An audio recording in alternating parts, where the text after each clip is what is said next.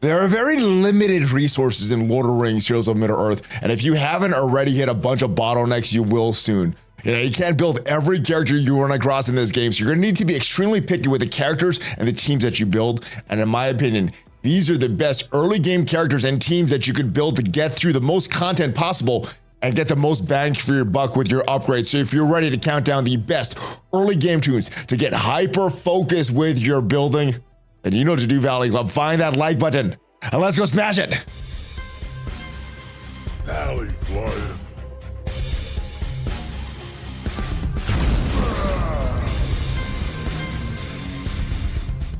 Hello there, Middle-earth fans. Welcome back to the ValleyFlyin channel. I am ValleyFlyin. Hope you're having a great day. We are talking about Lord of the Rings, Heroes of Middle-earth, and the 10 best characters that you can build very early game, free to play without spending a lot of money. Now, if this is your first time here, hit that subscribe button for more great Lord of the Rings and Marvel Snap content. The main game I think we're covering on this channel for now, based on your response, is going to be Lord of the Rings, but I'm still enjoying playing Marvel Snap, so I will continue to cover that game from time to time. But we are talking about Lord of the Rings, Heroes of Middle-earth, the best characters that you can build right away. Now, you have a few options at the beginning. As far as the light side, you have the Rivendell team that you get very early on, but Hobbits are not very good. You may want to still build Strider. He's also very good on the Ranger team, which is another great team that you could build very early on if you spend money. Halbrand is a very good leader, supports that Ranger team. If you want to continue to build Strider and Miri, it's a very good squad. But I think the best squad you could build for the light side is a Rohan 3. Let's talk about the Shadow team, because on the Shadow team, you got a few different options. You get the Misty Mountain team, which is a good team, more of a mid-game team. The Mordor team, I would say, is a more of a late-game team. You also have the Haradim team, which may be required for the next Legendary, and there's a few characters that you go with in that section. But I think the best characters you should get is the Isengard 3. So let's talk about the best characters, and let's start off with the leaders in this team, in both of these teams here. So let's talk about the Shadow leader, and that's going to be the leader of the Isengard 3. And I think these are the three best characters on the Shadow side that you could build. First is Ugluk. He's going to be the leader, very early farm that you could build him on. He's on the guild campaigns. And he has this passive ability, the leader ability. When an Isengard squad member inflicts a Bane, which is a negative effect, so anytime they land a negative effect, it's gonna heal all squad members for 2.5 of their max health. So this is where you're getting your healing from on the team. You also have another dedicated healer in Dunhar on the team, but Ugluk and his passive leader ability gives him the healing. He has a nice basic here, gives him a provoke, which is kind of like a taunt, sort of, because as you're attacked a few times, this goes away, not by your turns. You can max up to 2 stacks on this. You also have, on an opening turn, you could use this special ability, gives the opponent blinds, which is another bane that you can inflict on opponents. You have this ability, which gives them an assist from Manhur and gives them disable, which is like an ability block, and gives them a stack of defensive, which is like defensive up. You're gonna block the next hit, and he actually, the Ugluk is very good when he's blocking attacks as well. If we look at this passive here, he's getting a block chance, and on block, he's gonna affect weak-minded for 1 turn to the attacking enemy, and weak-minded is gonna reduce the resistance, so your debuffs are more likely to land, and you're more likely to heal if it's an Isengard member doing that Bane on the enemy team. So Ugluk, one of the best characters in the game, and I think he's the best early game Shadow character that you could have as a leader. Let's talk about the best early game leader for the light side. You're getting Strider very early on, and that is a mistake that I lead into, that leadership ability. But I think the best leadership ability on the light side is going to be leading into this Rohan squad. The leader of this is going to be Lady Eowyn. Her leader ability, all Rohan squad members gain 30% crit chance during assists and counter attack. That goes up as you upgrade this ability. She has a nice basic here, giving a stack of defensive, which is going to be block hit from the next enemy on this move. You also have this Might, and Might is like offense up, giving the more damage there. You're going to hurt herself and 2 random allies, and then you're also getting some damage from ally with the highest damage. So this is not a wasted move. You're getting offense up pretty much, and then you're getting damage from the highest damage ally. You're also getting 2 Banes, cleanse 2 Banes, you're cleansing 2 Banes from this move, excuse me, and from self and all allies, and you're targeting the enemy. 120% damage goes up as you upgrade this ability, and you're getting more damage per being cleared, and you're getting this disabled, aka ability block on one turn to that target enemy. And her passive ability on turn, she has a 50% chance to gain a stack of counterattack. As you upgrade this, goes to 100% check, and the max stack is 3. You're also dealing 10% bonus damage. That goes up as you upgrade this. So the 2 leaders that you want for your light side squad and your shadow squad, Lady Eowyn and Ugluk. Let's talk about the rest of their teams. The Isengard 3. We're talking about Dunhart here, who's the healer of this team and is a very good character. He has a heal and it scales really, really well with his ability. He's gonna, I feel like, bleed with his basic here, and that's gonna help spawn that leadership ability of Ugla, giving that healing. You're getting a heal block on this turn, on this move as well, targeting the enemy for 170% damage. It does go up as you upgrade this ability. The ultimate is where you're gonna get the heal, most wounded squad member for 500 health and 12% of this character's max health, and inflict weaken on turn to random enemies. And again, weaken is reducing the damage, and on turn giving a stack of defense to the most wounded squad member. Again, defensive is when you block the next attacks and gaining more max health, more max focus. And yeah, as you upgrade this healing ability, it gets even better and better. Let's go into the final member of this Isengard team for very early players. There's another member that I want to talk about, more of a mid-game character though, but Mauhur, very, very good character here. He is going to be the damage dealer on this team. He has a lot of single target damage. He has more damage. He has more crit chance on his basic. This is an interesting move here. This either you're going to waste a turn and make the next turn better, or you're going to use the ultimate on the first turn and get some damage out here, but it's going to get regeneration for 2 turns, deadly, which is going to increase the crit chance, and you're going to get haste, which is going to increase the speed.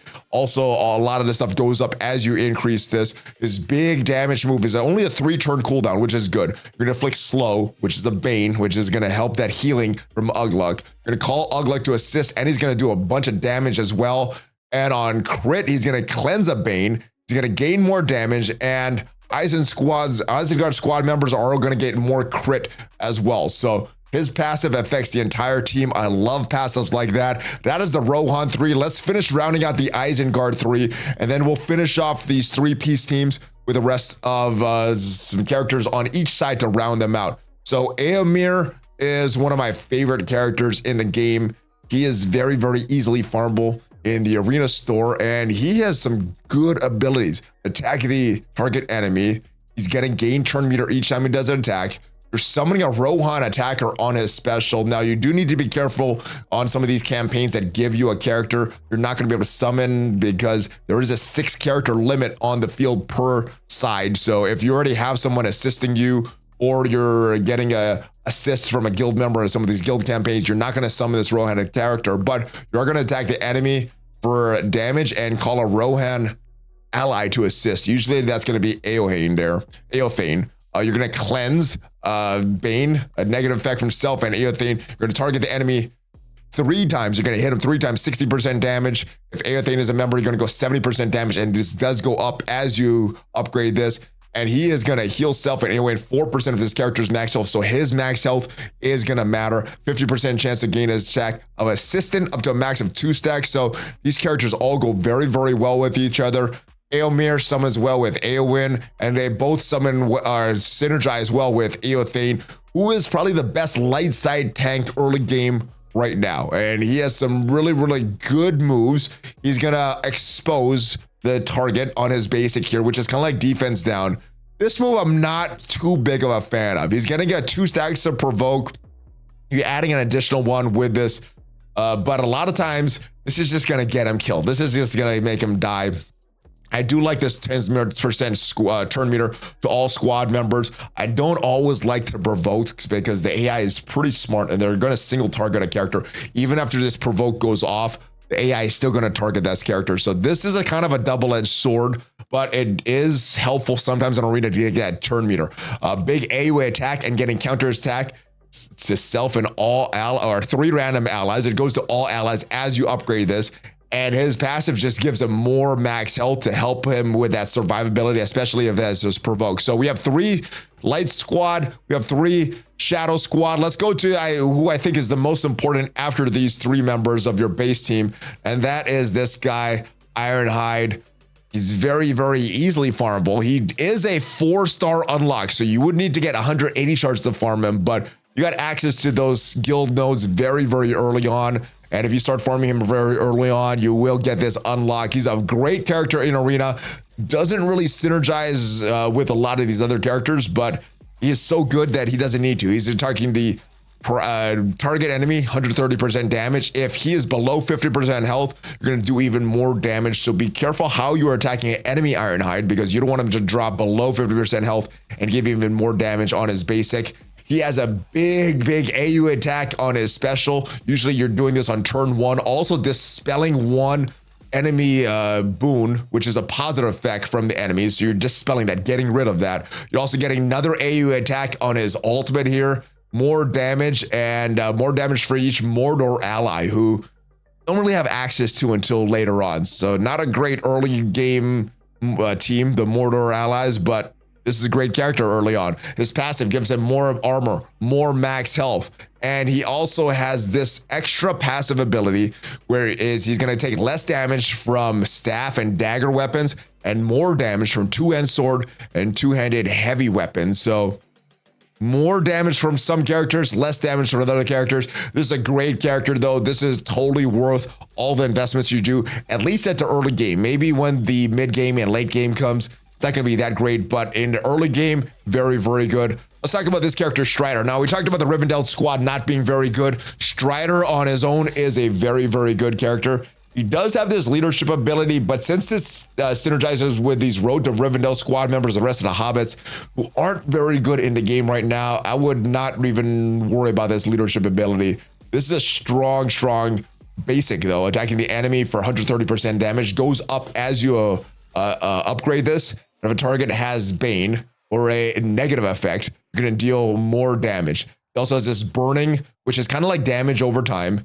He's going to attack 3 times, 75% damage per hit, and then burning 3 times. He has a big AU attack on his ultimate ability, 100% damage with more crit chance, and he has more crit chance, gaining more armor, and even more armor for an ally with stealth. Works very well with the hobbits and the Road to Rivendell characters, but not a lot of other characters are going to stealth with Strider here. And rounding out the light side team, let's talk about Pippin. Now, Pippin gets this nod as default. He's not an awesome character. He's an okay character. He is a hobbit, so it's going to help you to unlock Sam Gamgee down the road once you start this character up. But he kind of makes this 10 best characters, opening characters, free-to-play characters as kind of default. You're bringing him for this heal. Heal all squad members 500% health and 12% of this character's max health. If you get him higher in health and build them up levels, this scale's pretty okay. Might is kind of like your offense up. Damage is increased by 50%, and he's going to give that to 3 random squad members more when you upgrade the ability.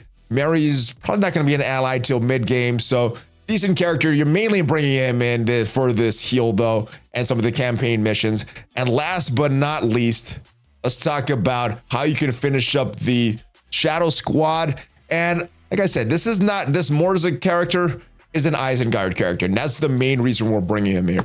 I work with a few different characters while we were going through these Shadow campaigns.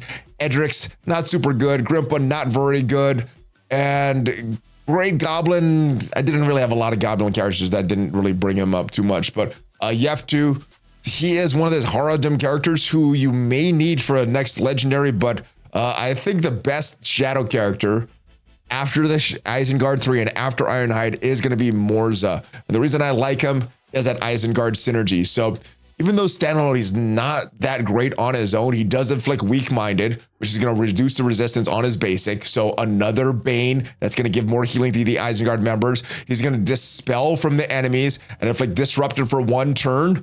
And he's going to call an Isengard ally to assist. So even though his damage isn't that great, even though this is not doing a lot of damage, you're getting an Isengard ally to assist, and you're getting disrupted, which is another Bane. And that is giving even more healing. You also have dispelling another boon on a target enemy, which is a positive effect. You're inflicting expose for 2 turns, and expose is reducing the armor by 50%, granting haste, so he's getting some speed. You're getting another squad member with speed, and this goes up as you bring this up, and he's getting more max health, more armor. So all this stuff is really, really good on this Isengard squad. So that is who I'd work on, guys. The Isengard 3 and Ugluk, Mauhur, Dunhar, along with Ironhide and Morza for your Shadow squad. And as far as your light squad, I would focus on those Rohan 3, Eowyn, Eomer, Earthine. Keep building Strider. You don't really have to farm him, because as you do your daily activities, you're getting 5 shards of Strider every single day. And last but not least, kind of default, I would bring up Pippin just because he's the best early game healer. As you get access to some of these other characters in the mid game, you start to replace Pippin, or we could lean in more towards that Sam Ganji unlock. Not necessarily because it's a great character, but just for that completion aspect, getting all these habits. But that is it, guys. Hopefully this helps you in deciding which characters to build up. Very, very important, because as you start to hit level 25, level 30, you start to see your resources dwindle. And as you hit level 35 and up, you're building very little per day. So building the right characters is going to help you along. And hopefully you build these characters, and you've started to build these characters early on, so that it helps you late game. But thank you guys for watching. Hopefully this video does help you. If it does help you in choosing some characters, hit that like button, because it does help that YouTube algorithm. Hit that subscribe button as well, so you get access to more of the content, and hit that notification bell, so as soon as a new video goes up, you know when that video goes up. Thanks for watching, guys. Have a great rest of your day. Check out some of the other videos. Hulk fist bump, ValleyFlyin out.